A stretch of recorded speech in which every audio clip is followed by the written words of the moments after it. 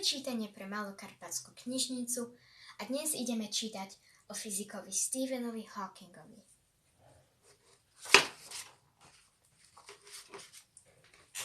Little Stephen was born in Oxford, England, just as a great world war was raging.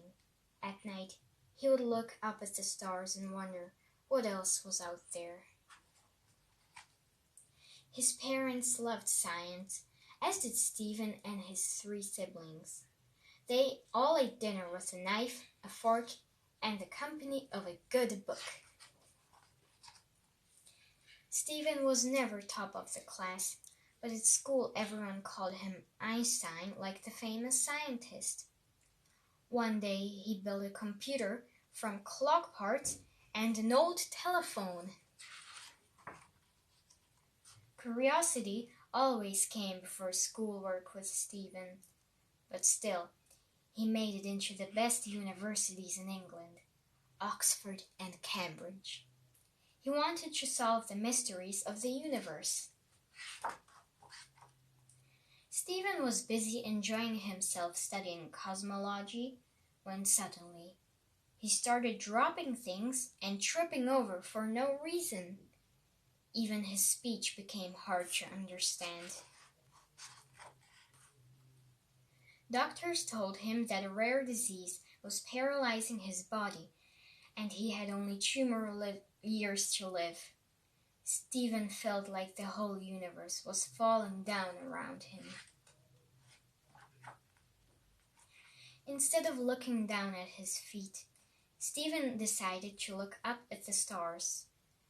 Maybe he couldn't control his body, but in order to study the universe, all he needed was his mind. His wife Jane stood by his side and gave him all the support he needed. They had 3 children, and Stephen loved to give them rides on his wheelchair. Stephen turned his attention to black holes, some of the strangest and most powerful objects in the galaxy, so powerful that not even light could escape from them, or so scientists thought. But Stephen proved that black holes were not so black after all. There was a tiny light escaping from them. It was named Hawking radiation. By this time, Stephen had lost his voice and found a new one with a robotic drawl. With his new voice, he dictated a book that helped the world understand the meaning of the universe.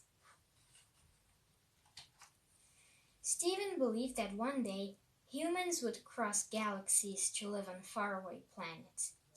He celebrated his 65th birthday by taking a zero-gravity ride with a team of astronauts, leaving his wheelchair for the first time in 40 years. By becoming the most brilliant scientist of today, little Stephen made an amazing discovery. However difficult life may seem, there is always something that you can do and succeed at.